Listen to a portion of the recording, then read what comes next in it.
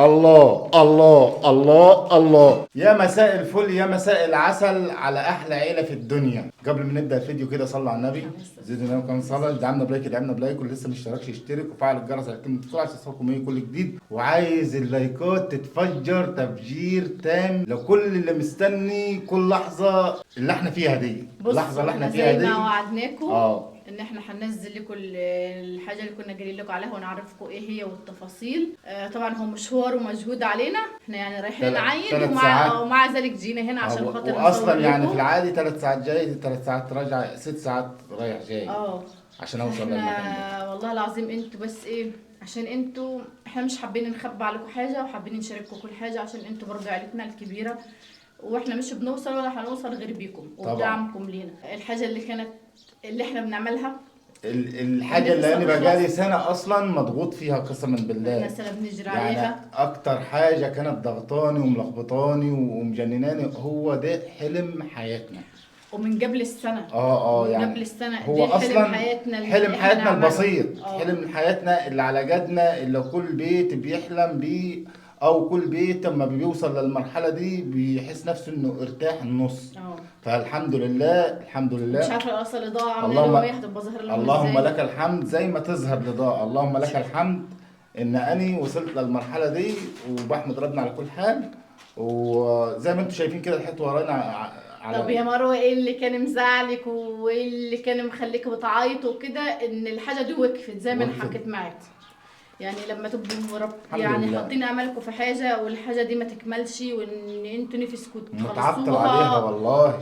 يعني يمكن بسبب كمان قله تنزيل فيديوهات على طول، واحيانا بنقعد باليومين مش ننزل وبالاسبوع مش ننزل. ضغطتنا النفسيه يا جماعه والله العظيم واحد مضغوط ضغط نفسي. فالحمد لله ان الواحد مكمل، وان شاء الله احنا مكملين، وان شاء الله ربنا هيرزقنا. بس والله يعني انتوا اخواتنا وعيلتنا وكل حاجه بنشاركها معاكم.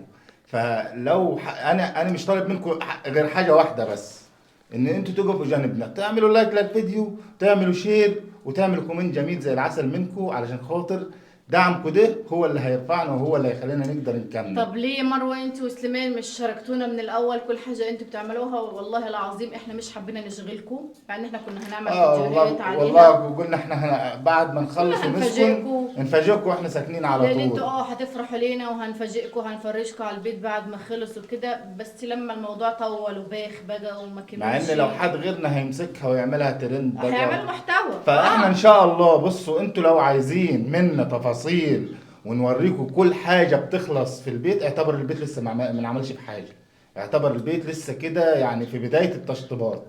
احنا ما عملناش حاجه لسه، يعني معجون محطوط على الحيط بس، معجون بس. الارضيه من تحت اهو زي ما انتم شايفين. فاحنا لسه بنبتدي كده في التشطيبات. فاحنا عملنا الا ربنا قدرنا عليه، وعملنا على قد فلوسنا ما خلصت، ولما خلصت وقفنا. بس التوقيف دي يعني تعب نفسيتنا اكتر، لان اصلا احنا كان امنيه حياتنا ان احنا نقضي شهر رمضان في البيت ده او العيد او مثلا كنا بس نعيد كان في البدايه كانت الترتيبات على شهر رمضان. فما حصلش نصيب لشهر رمضان، قلنا هنعيد هنا، فالدنيا خبطت خالص. فالحمد لله على كل حال. فتعالوا كده برضه يعني ايه نوريكم لمسه بسيطه كده. احنا مش هنوريكم كل حاجه عشان خاطر يعني تفاعلوا معانا. ولو عايزين نشارككم التفاصيل بالتفاصيل بعد كده عرفونا في الكومنتات، فاحنا هنوريكم. بصوا يا جماعه تفاعلكم، هو ده الموجود التفاعل على الفيديو ده، تفاعلكم على الفيديو ده هو اللي هيخلينا نتحمس ان احنا نيجي سفر 6 ساعات رايح جاي ونصور لكم فيديوهات ونوريكم كل حاجه بتتعمل في البيت، وخطوه خطوه لغايه لما ننقل بالسلامه ونيجي البيت ده. فايه انتوا تفاعلوا معانا بالله عليكم. انت يا بدود انا حاسه ان احنا كده مضلمين خالص. لا مش مضلمين، انت بتهالك الشاشه انا مضلمه. مضلم الشاشه. تعالوا بقى لما نوريكم البيت وصل لايه وايه اللي وقف عليه.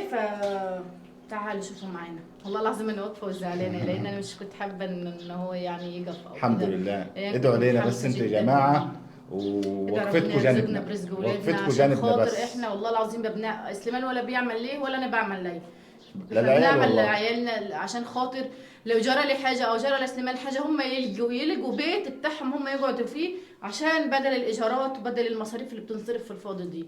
فهي دي الفكره والله العظيم. ومفيش حد في الدنيا بيتمنى انه يفضل قاعد في ايجار ومشحطط في ايجار ومتبهدل فيه والشهر بيمر في ثانيه ويخسر جت كده. مفيش حد بيتمنى كده طبعا. فاحنا مش بنتمنى من الدنيا غير بيت نتلم فيه احنا واولادنا ونبقى نايمين محدش يخبط علينا يقول لنا هاتوا الايجار. هو ده حلم حياتنا بس قسما بالله، مش اكتر من كده خالص. لو هاكل عيش وملح بس مقفول علي باب محدش عارف ان انا باكل عيش وملح. الحمد لله على كل حال. تعالوا شوفوا معانا البيت. بصوا يا جماعه، طبعا دي الغرفه هي متمعجنه اهو، هي واخده وش اول هي وش الاول وبس على كده. الارضيه لسه طبعا ولا سيراميك ولا كهرباء ولا الكلام ده كله لسه خالص. لسه مفيش اي حاجه. فشايفين الموضوع صعب. ادعوا لينا يا جماعه في الكومنتات. حقيقي ادعوا لينا. احنا ما كناش نتوقع ان التشطيب او البنى او الكلام ده بالاسعار دي. فاهمين؟ اللي بيبني بشطب عارف الكلام ده. تعال كده يا سليمان. وهنا برضو غرفه تانية اهي. طبعا ما شاء الله عاملين الشباك كبير بصراحه. بصوا احنا يعني ايه مهتمين بالشبابيك والكلام ده، فاحنا عاملينها كبيره. الغرفه اللي كان سليمان فيها دي فيها بلكونه. بصوا الغرفه اللي انا صورتها الاولى يا جماعه فيها بلكونه. على فكره يا جماعه الجو بره نار. الجو نار مشوب كده يا جماعه. بصوا يعني شوب. البيت هنا تحفه صح؟ ما شاء الله ما شاء الله. بسم الله ما شاء الله. مش حاسه باي حرج ما شاء الله. بسم الله ما شاء الله. والله العظيم احنا غلابه قسما بالله. دي سلم احنا غلابه. بصوا يا جماعه احنا اللي ركب عندنا الرخام بس على السلم. هو دي اللي ركب بس. دي اللي ركب مع المعجون مع الجبسن بورد. يعني هم دول لا الجبسن بورد برضو النهائي لسه. لا ما هو دي النهائي بس لسه بقى مش اتمعجن ولا تركب فيها انوار. والله دي النهائي. دي الجبسن بورد. بصوا دي غرفه كمان اهي برضو فيها شباك كبير. بص الشباك ده بيبص على الحديقه اللي في ظهر البيت.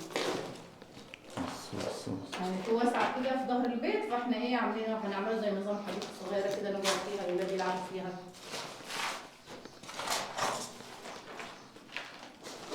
تعالوا نروح البلكونه اللي انت كنت فيها الاوضه دي.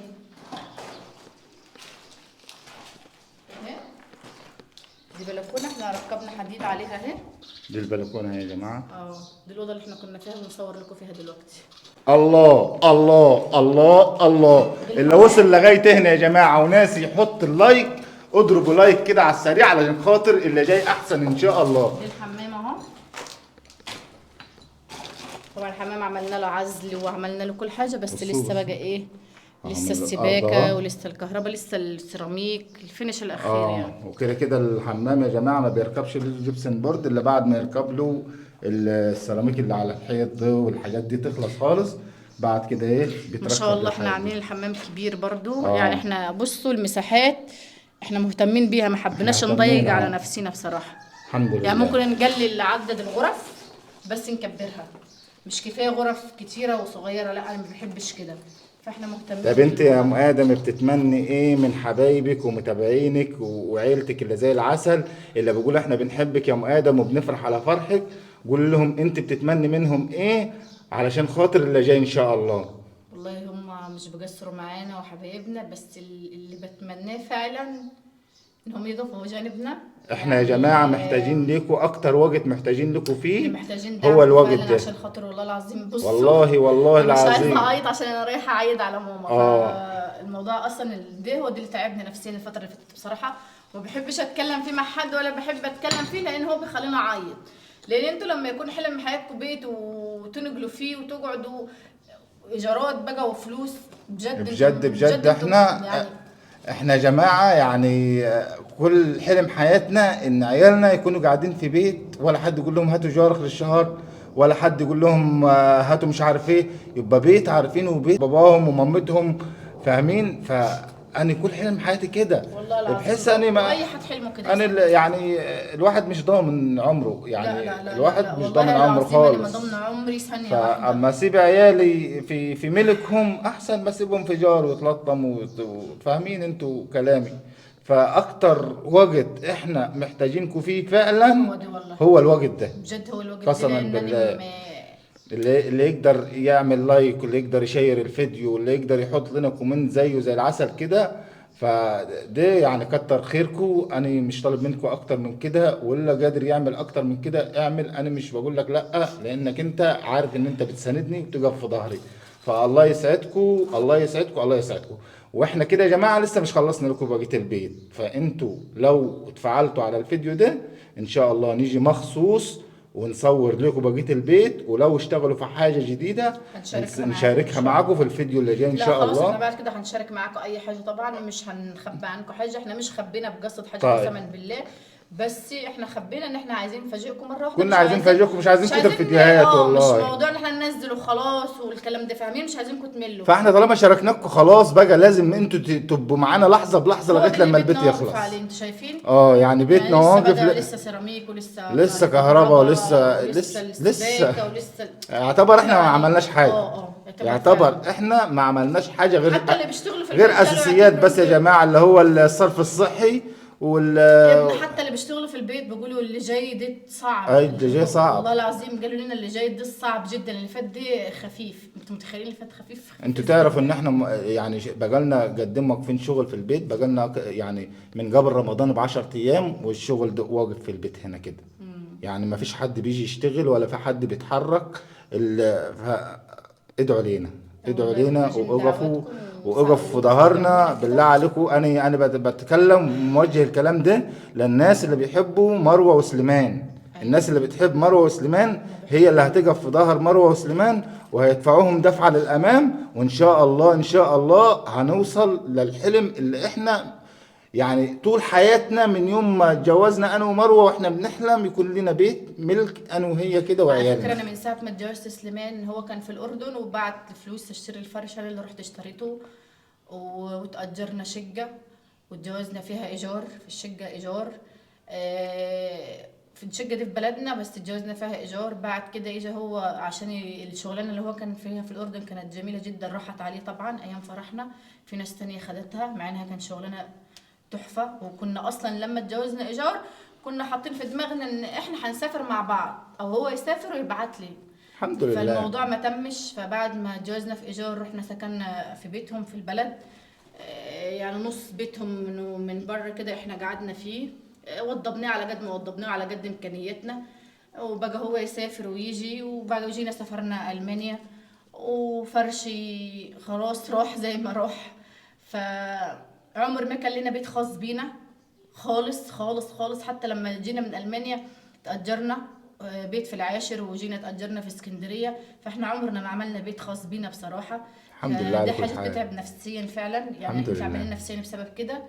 فنفسي اقسم بالله احس بالاستقرار.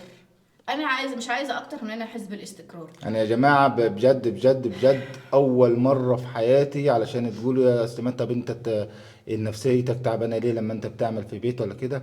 اول مره يا جماعه في حياتي اقعد في بيتي وبيجي علي ايام مش معايا جنيه في جيبي.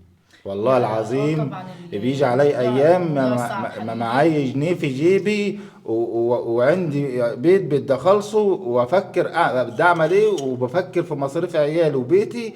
قسما بالله هي دي ضغوطات نفسيه بتيجي علي انا وام ادم. على اي حد يا جماعه عشان بس الحمد لله الحمد لله جارح او كده. الظروف يا جماعه اللي بيحبنا مقدر الكلام اللي احنا بنقوله وفاهم الكلام اللي احنا بنقوله، واللي مر بالظروف دي هو اللي فاهم اللي مر بالظروف دي. احنا الكلام حاليا اللي بيحبنا عشان طبعا. بس الناس اللي هتخش تتكلم. لا الكلام اصلا مش بنشوفهم. اي حد في الدنيا بيمر عليه ظروف معاه وبمر على ظروف مش معاه طبعا. لا اللي معاه دايما بيفضل معاه ولا اللي مش معاه بيفضل مش معاه. طبعا. خلينا متفقين على كده عشان بس محدش يخش يجرح بالكلام. فانتوا حبايبنا على راسنا من فوق، وربنا يسعدكم ويخليكم لينا.